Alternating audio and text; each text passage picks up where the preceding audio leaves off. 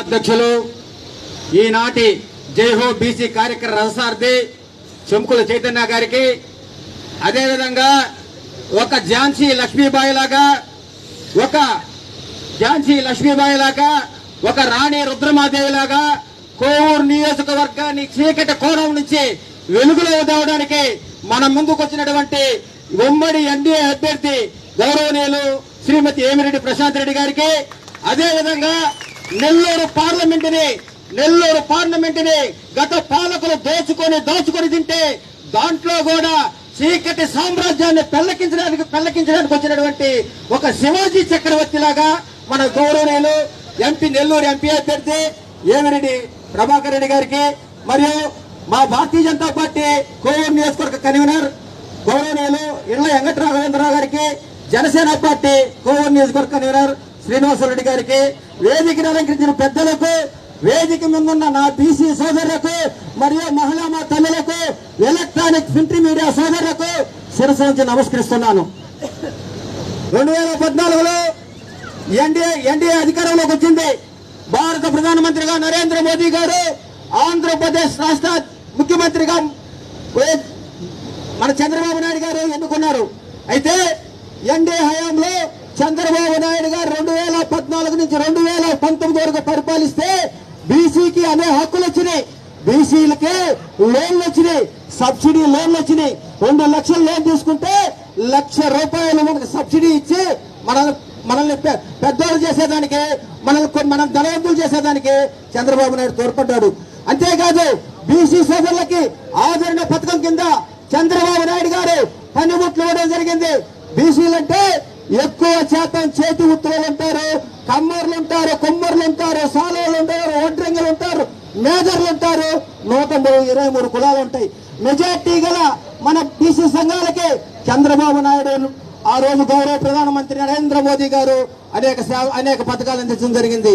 దురదృష్టవశాత్తు పాదయాత్రలో నేను విన్నాను అంటూ 2019 సంవత్సరం ఒక్క అవకాశం ఇస్తే బీసీ సోదరులను ఉద్ధరిస్తాను, బీసీలను పైకి తీసుకొస్తాను, వాళ్ళని ఆర్థికంగా ఎదిగేటట్టు చేస్తానని చెప్పి మన నెత్తిన చేయి పెట్టి మనకు ముద్దులు గుద్ది బీసీ సోదరులను నడిపిన గుద్దులు గుద్దిన ముఖ్యమంత్రి ఎవరున్నారంటే వైఎస్ జగన్మోహన్ రెడ్డి గారు.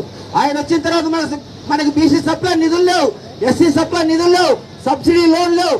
బీసీలంటే ఎవరో అనామకులుగా చూసిన చరిత్ర ఎవరికి ఉందంటే ఒక్క జగన్మోహన్ రెడ్డి గారికే ఉంది. మనకు బీసీ కార్పొరేషన్ ఏర్పాటు చేశాడు, అనేక కార్పొరేషన్లు ఏర్పాటు చేశాడు.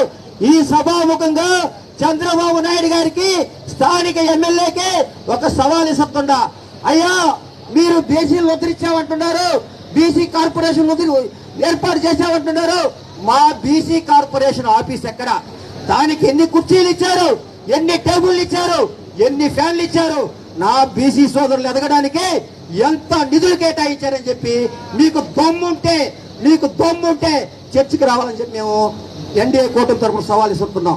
భారత ప్రధానమంత్రిగా నరేంద్ర మోదీ గారు ఎన్నికైన తర్వాత ఒక ఛాయ్ వాళ్ళగా ఉండి బీసీని ప్రధానమంత్రి చేసిన ఘనత భారతీయ జనతా పార్టీది, ఎన్డీఏ కూటమిది.